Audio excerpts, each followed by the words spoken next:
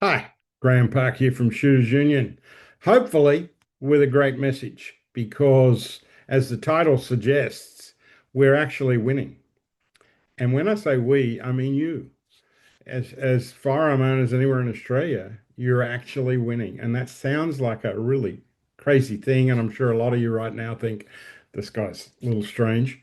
But I'm going off numbers and I'm going off reality, not opinions, because the opinions I hear out there are largely people who don't get to see the whole picture of what's going on a lot of times. And look, we know we're surrounded by attacks.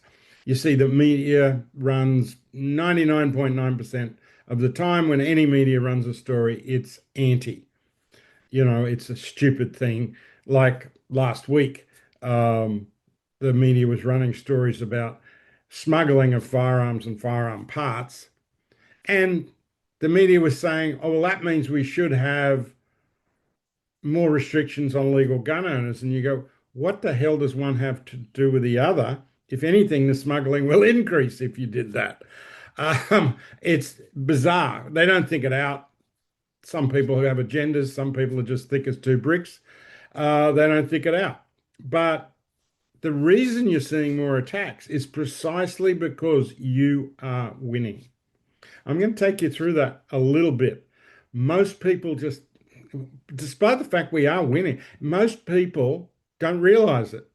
And they, especially in the shooting in the firearm community, so many people you run into have this really negative, defeatist attitude. Oh, well, they're going to do this. By this date, they'll have banned everything, etc., etc. And it's really easy to develop. And trust me, I'm a guy that lives it in the sense I'm hearing every plot and plan around the place.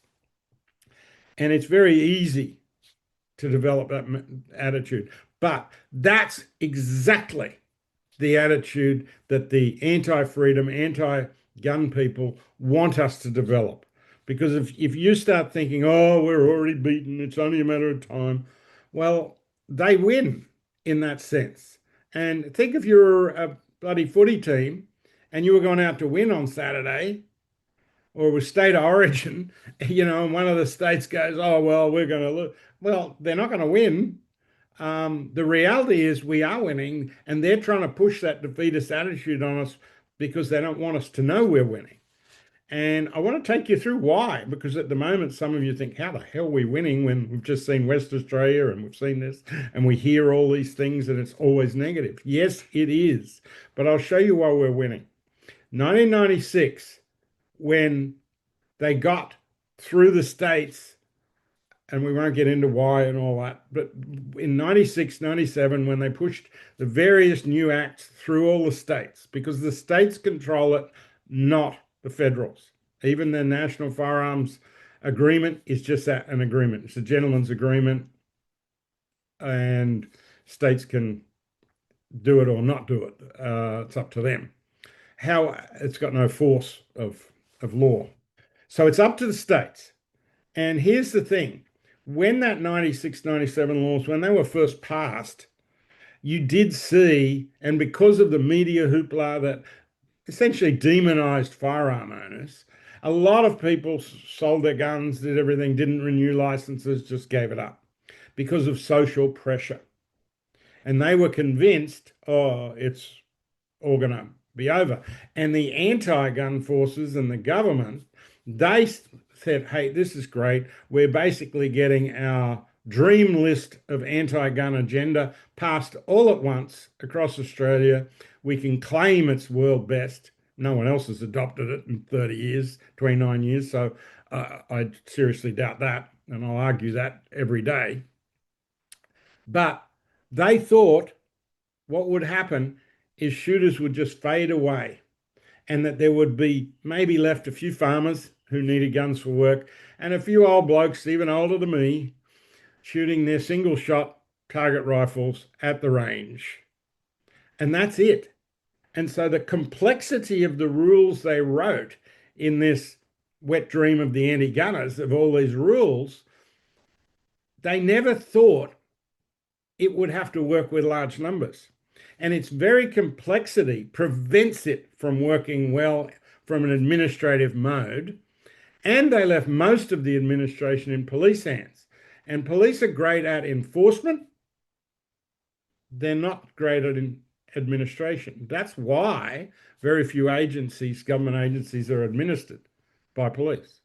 Think about it around the country. Over the years, motor vehicle licensing and registration in all the states has been moved to a separate agency. Liquor licensing, gambling licenses, all those used to be run by the police. Why did they take them away? It wasn't a criticism of the police. It was that they could do it more effectively with administrative agencies. All right. So here we've got acts around the country that are too complex to work with large numbers. But they thought, oh, it'll work okay because there'll only be a few thousand shooters left in each state.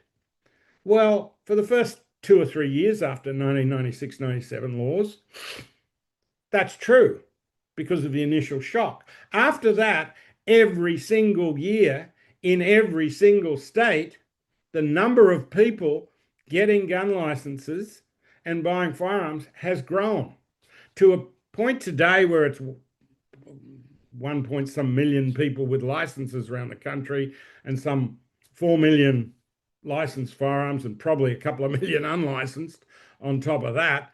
And at the same time, so there's more physical guns now than there was in 96. And with that in mind, there's less crime because guns and crime, the two correlations don't exist. They really don't exist anywhere in the world. And you can pull up countries and do this. And what about this country? And when you start analyzing it, they don't exist. When criminals have firearms, of course, they're going to use them for crimes. You want to stop crazy people and criminals getting their hands on firearms. Duh.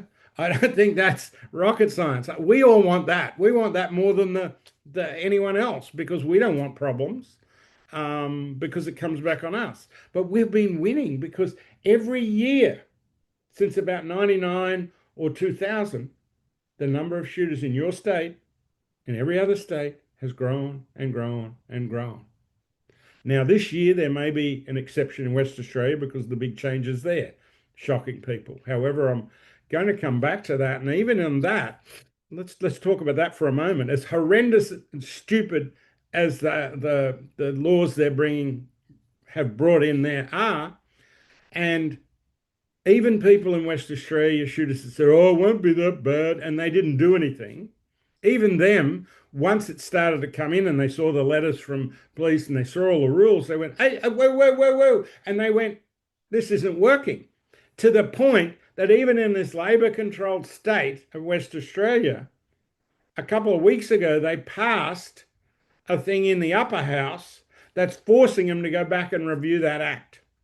And it's my prediction that it'll still be terrible, but they will moderate some of the more stupid things, if only for the reason that they've suddenly realized they can't administer it. Whoever thought it up, I don't know what they had, what were they smoking? But it was ridiculous because it can't be administered. It's overly complex. Now, even there, I will predict that that's getting pushback. Even after the act, and it's after the fact, and it's much harder to fix something after the fact, but even there, they're pushing back. It won't be perfect, but they will get some of the edges rounded off it, I think, quite quickly within the next few months. It'll still be crap, don't get me wrong, but I'm using it as an example that even where they've got something through, there's enough political pushback where even Labor decided rather than look bad losing the vote, they voted with that to have a review. That's how sure they were of losing in a state that they govern. The population is not with them on this. But with that growth in every state, and in most states, the number of people with firearm license has doubled or more during that period. Some cases tripled, but it's at least double. That's a huge win. They thought there was going to be virtually no one except a few crusty old farmers and old blokes at a target range. And here we have boom, boom, boom. And I can tell you, having seen the figures and seeing what comes in our organization in Shooting, it's a younger and younger crowd. who are jumping through the hoops, doing the licensing, and whatever we think about how it works or not, they're doing it all because they like shooting and they like firearms. Because guess what? Firearms are fantastic fun. They're also a fantastic activity and hunting, collecting. There are so many facets of it. Um, and there's some great choices out there for people. And it's the most law-abiding community in the country. We have more background checks than any politician, and we're better behaved. Certainly, if you look at some of the politicians as a community, we're much better behaved. The crime rate within licensed gun owners is way, way, way below the average crime rate in the community, even including, you know, some groups you wouldn't think of. It's incredibly low. But that's why the attacks are increasing, because they're seeing, they go, oh my goodness, what's happening? We're losing. The numbers are growing.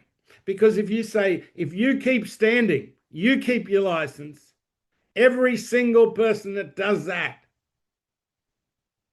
is an example to the antis that they're not winning. You are winning by just staying standing. That's a statement in itself. Keep your license, whatever you do. Get lots of other people to get their license. Because what's happening is the facts say we're increasing. And if we're increasing, it means you're winning. The more people with gun licenses, the more political influence.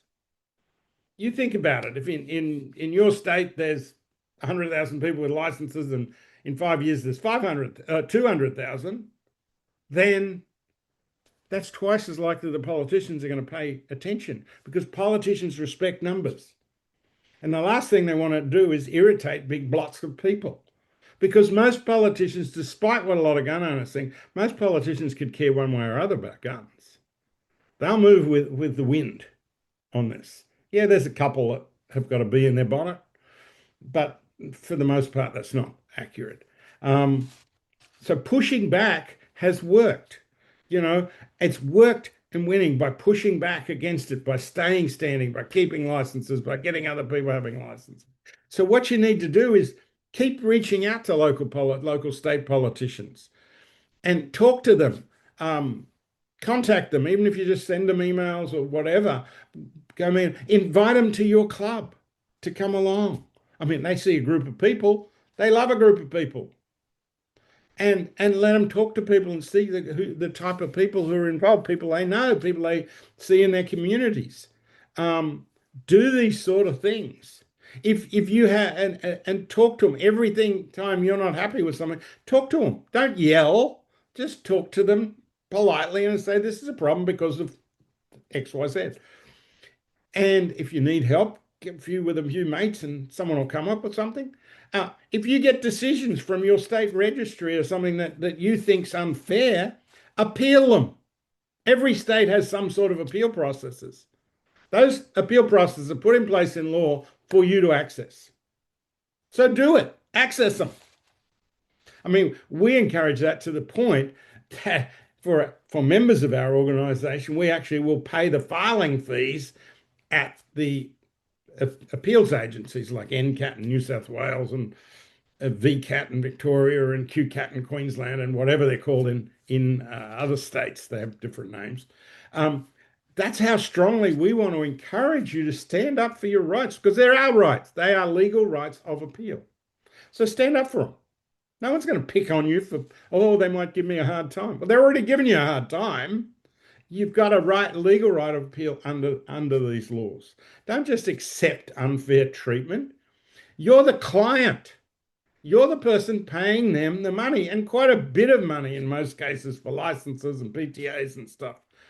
You pay that money, and you're the one following the law, jumping through the hoops, doing this. So don't accept unfair treatment. You wouldn't accept it anywhere else, so don't accept it here. Now, you do that politely and appropriately.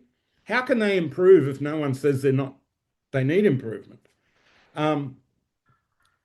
Think about this. What if shooters around the country, we were able to double the number of people with licenses in a few years? Think of the impact that would have of protecting things. You say you want, oh, I want to do something, but I don't know what, I'm not political. Go get your spouse or your one of your kids or your brother or your sister and help them get a license. Go get some friends and take them to the range and say, look how fun this is to shoot some clays or shoot a pistol or shoot a rifle or whatever it is. Isn't this great? You know, um, politicians only respect numbers. And if you got a lot more numbers in the system, they're going to have to fix the systems and make them workable to administer. Because if they don't, with the radically increased numbers, the thing will implode. It'll just not work. And then they'll have to throw lots of money at it. So just encourage people. If you say, I want to make a difference, then let's double our numbers, you know. But in the end, just stay standing. If it's just you keeping that license, if you're thinking, oh, well, I'm not that interested in shooting anymore or whatever, I might hand my license in and save $100 or $50 or something. Don't keep it, because every one of those is a statistic. Every one of those is something a politician has to think about at the next election. It's really important that you stay standing, because your very existence is a victory against those who hate basically Australian traditional values and fairness. You standing there, being a part, you know, having a license saying, this is not going away. This is a great sport. This is something important. And it's not just sport for people who use them in their occupations and things. This is important. And it's important for the country that we as citizens are treated fairly. And it's important that government agencies that want you to comply with lots of regulations are run effectively and properly so they work properly. So just keep standing and you'll win.